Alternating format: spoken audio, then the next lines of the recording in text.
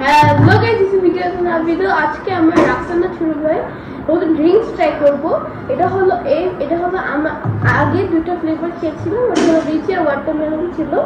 আর এবার এটা হলো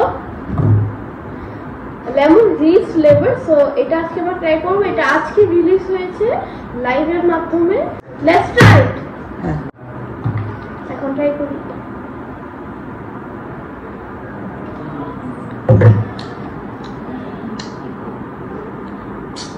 এটা হলো একদম পুরো যে লেমনের ললি ফ্লেভারটা আছে না, সেটার মতো টেস্ট।